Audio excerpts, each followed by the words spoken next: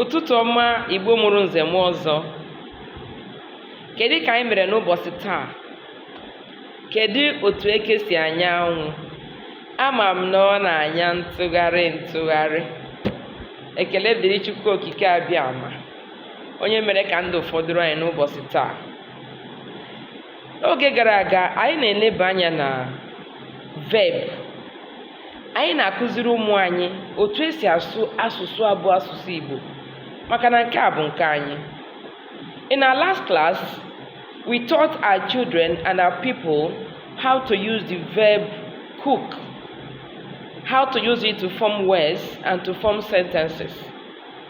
Tata anyị ga-eleba anya na verb eat. Ya bụ ihe anyị ga-akụzi n'ụbọchị tata. Last class we taught about cook.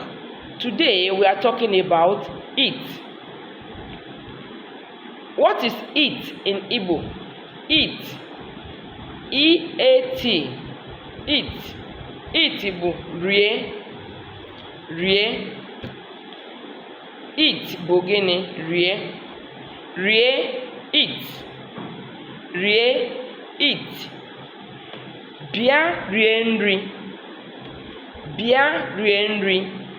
Come and eat. Bịa rie nri. Come and eat. Gaa rie nri. Go and eat. Gaa rie nri. Go and eat. Ana m eri nri. I am eating. Ana m eri nri. I am eating.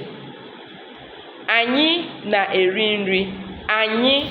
Anyị na-eri nri. We are eating. Anyị na-eri nri. We are eating. Ha na-eri nri. Ha na-eri nri. They are eating. O nwere ihe ị na-amụta? Ana m eri nri. I am eating. Anyị na-eri nri. We are eating. Ha na-eri nri. They are eating. Anyị niile na-eri nri. All of us are eating. Anyị niile na-eri nri. All of us are eating. Ha niile na-eri nri. All of them are eating. All of them are eating. Kedu ihe unu na-eri? Kedu ihe unu na-eri? What are you people eating?